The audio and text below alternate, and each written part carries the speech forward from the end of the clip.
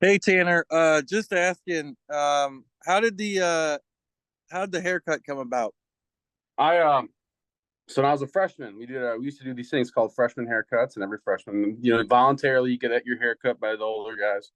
And when I got mine, we shaved it all off at the end of it, and I noticed my hairline was receding more than I expected or anticipated. So I decided that I had to do something crazy at least before all went away. So I decided to get a mullet, and actually really liked it. So kind of stuck with it ever since. Jake Arthur. Hey, what's up, Tanner? Welcome to town and congratulations. Thank you. What did Chris Ballard have to say to you about being a fellow Badger? And I mean, you got Jonathan Taylor in the backfield. What's that like for you? It was really great talking to him. He just said, excited to have you on board. Wisconsin breeds great lineman. Everyone had great things to say about you, and we couldn't be more excited to have you be a part of this franchise. And I'm really excited to be a part of it. James. Tanner, congrats. What do you do on a day like today when you hear your name called? Like, how do you celebrate? Do you have friends, family? Did you just run around? Like, what's the reaction to obviously seeing your dream realized? So I have friends and family. My immediate family and friends are here. So just celebrate with them right now, and then we got a little thing set up for later where I get to kind of thank everyone that's been a part of it. Come from a really small town, so there's a lot of people that really helped along the way. So I want to make sure I can say thank you to them all. But for right now, just immediate family, and I'll see everyone tonight and celebrate with them. And then one quick follow-up. What do you think you can bring to the Colts, I guess, immediately and also in the future as you continue to grow in your career? I think right now I could just be a versatile swing guy. Whatever they need me to be, I feel like anywhere on the interior, I'm very capable of playing and playing at a high level. Whatever they see for the long-term plan for me, I'm more than excited to be a part of, and I think I can really be a guy that finds a lot of long-term success and can really solidify myself in one of those starting jobs that I can do it and do it at a high level. Nate. Hey, Tanner, would you say that center is that your most comfortable position right now? And how did you go about sort of learning all these different positions and getting better at them, in one college career? I would say, I mean, I'm fine with anywhere on the interior. Honestly, I've played them all, and just I think it's good to get that kind of experience to kind of get a better understanding of what the guy to your right, left needs from you and what you need to do for them to put them in a position to succeed. So anywhere in that interior, I think I feel very confident in. Obviously, playing center this past season, it's what I'm the most used to. But I don't feel like I couldn't flip in a heartbeat to either one of those spots. JJ. Hey, Tanner, kind of along those same lines, how did you learn how to train to be, versatile and be able to play those different positions with the different requirements that come with them? So I would say it started off by learning center, and that was a really big thing for me. Is that if I learn center, I'm able to know what everyone has to do on every play. So that put me in a position to be able to swing around like that, and then playing small school football, I think allowed me to get a lot of, athleticism, coordination wise. So I felt comfortable flipping stances.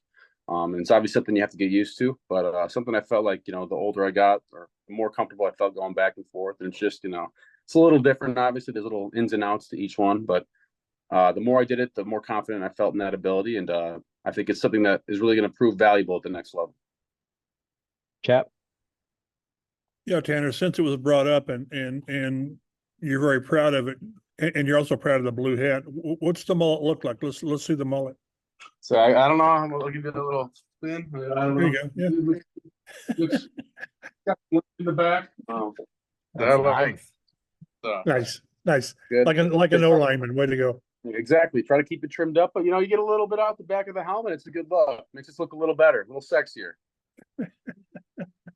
Thank you. George.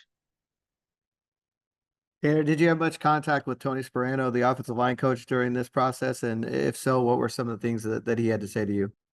Yeah, so talked to him at the combine and then as well on a Zoom call later on. Really great guy, really great coach. He said that if he could get his hands on me, he'd be really, really excited to work with a guy like me. And got a call from him again after the draft. He's like, I'm ecstatic. I've been telling you this ever since we started talking, that if I could get a hold of you, I would. And so it's really great to kind of see it come full circle, and I'm really excited to work with them. Stephen. Hey Tanner, congrats. Can you kind of tell us a little bit about the legacy of like Wisconsin linemen and why you think that pipeline has been so consistent to the NFL, that particular position? I think it's just the culture that's been instilled throughout each generation of linemen that have come through. You know, you look back at that wall, and there's really great players that have been coming out of there for the past 40 years. So just to be a part of that, for one, is huge. I take great pride in that. And you know, that comes responsibility. You have to be willing to step up, put the work, time, and effort in to hold that standard. But I think that the standard that those players set all that time ago is passed down. You know, you get to look at the class 2 years younger than you, and they kind of pass down what it takes to succeed, what it takes to be great. And I think it's just something that's carried on throughout all these years, and I think that's why it has the tradition and history that it does. Jake? So you mentioned Coach Sperano has been pretty involved with you. What did he have to say about, you know, you would be coming into a group with really strong leadership with Quentin Nelson and Ryan Kelly, and how important is that to you? Huge. And I think, you know, those are two guys that you watch and you want to be able to have careers like those two. They've done it for a long time at an extremely high level, and they're some of the best to do it at their respective positions. So to be able to work with guys like that, I think there's something that you can learn a lot from those two, you know, what they do to put themselves in positions to be as good and as successful as they are. And I'm really excited to get to know and work with them. Last one, Raven.